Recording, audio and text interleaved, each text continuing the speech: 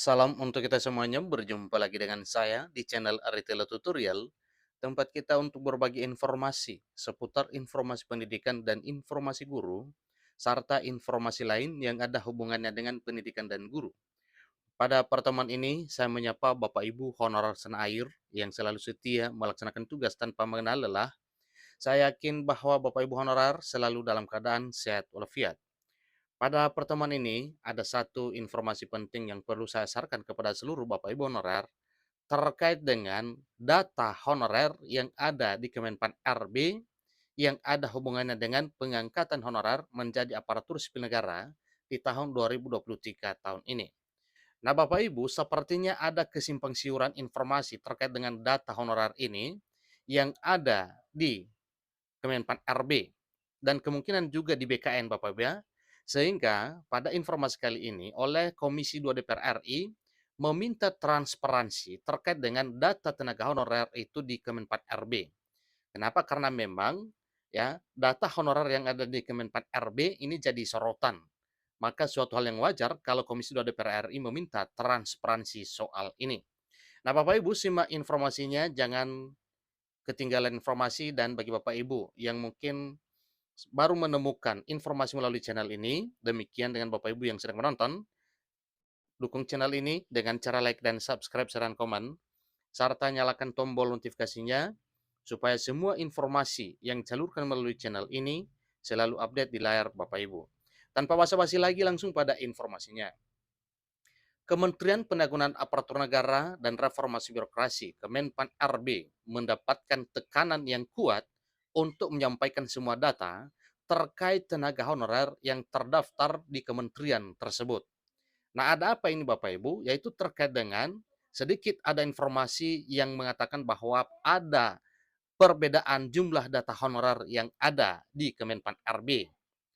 Seterusnya, tuntutan ini diajukan oleh Wakil Ketua Komisi 2 DPR RI Junimar Girsang dalam rapat kerja Komisi 2 DPR RI dengan Menteri Pan RB Azwar Anas pada hari Rabu tanggal 7 Juni 2023 beberapa hari yang lalu.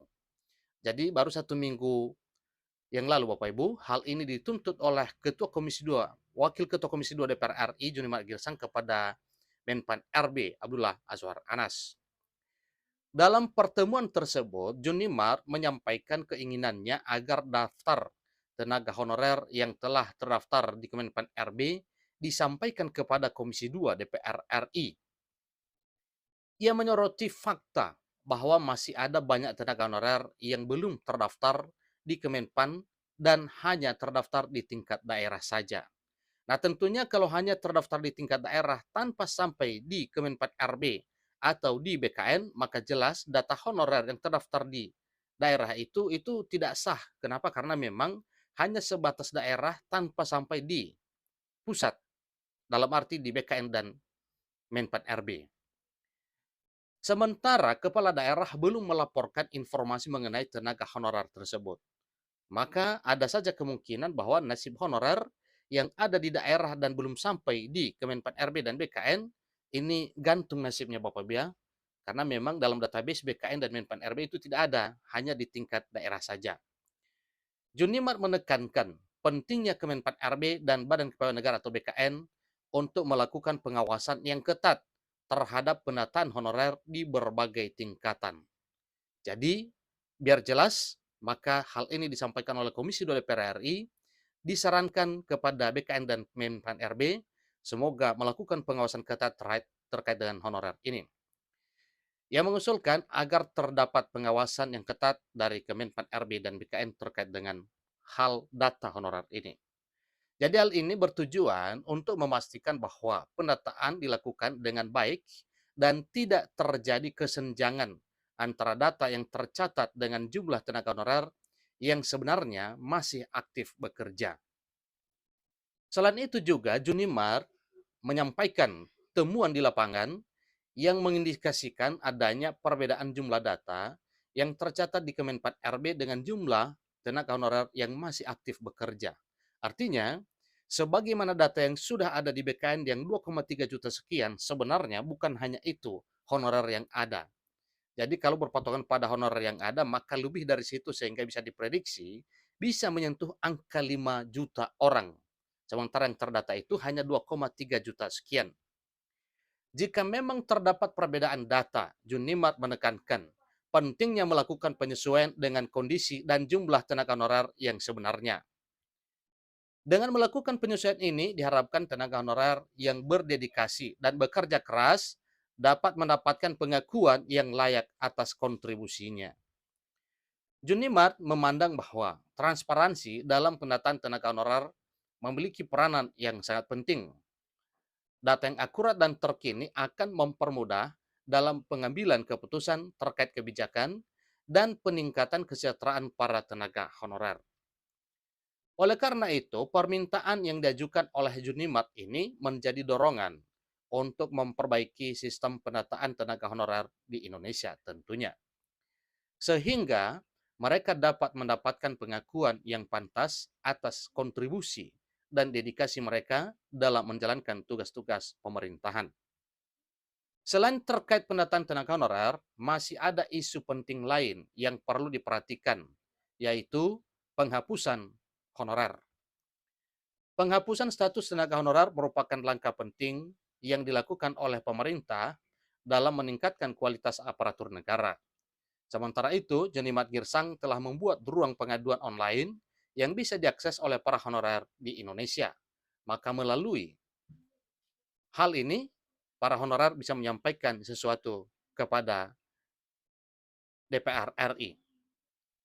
Bahwa penerapan sistem pengaduan online ini juga dapat memberikan akses yang lebih mudah bagi honorer untuk melaporkan permasalahan yang terkait dengan keadaan mereka saat ini. Meski demikian, apa yang telah dilakukan oleh Wakil Ketua Komisi 2 DPR RI ini untuk honorer Indonesia diharapkan membawa berita baik atas kelanjutan karir mereka. Nah, Bapak Ibu honorer yang saya hormati, inilah informasi terkait dengan pendataan honorer yang telah dilakukan oleh BKN dan Menpan RB pada tahun 2022 yang lalu. Seterusnya hal ini telah diumumkan berdasarkan hasil verifikasi dan validasi, dan temuan awal adalah ada 120 instansi yang jumlahnya 500 ribuan honorer belum mengikut sertakan atau belum mengupload surat pernyataan tanggung jawab mutlak atau SPTJM.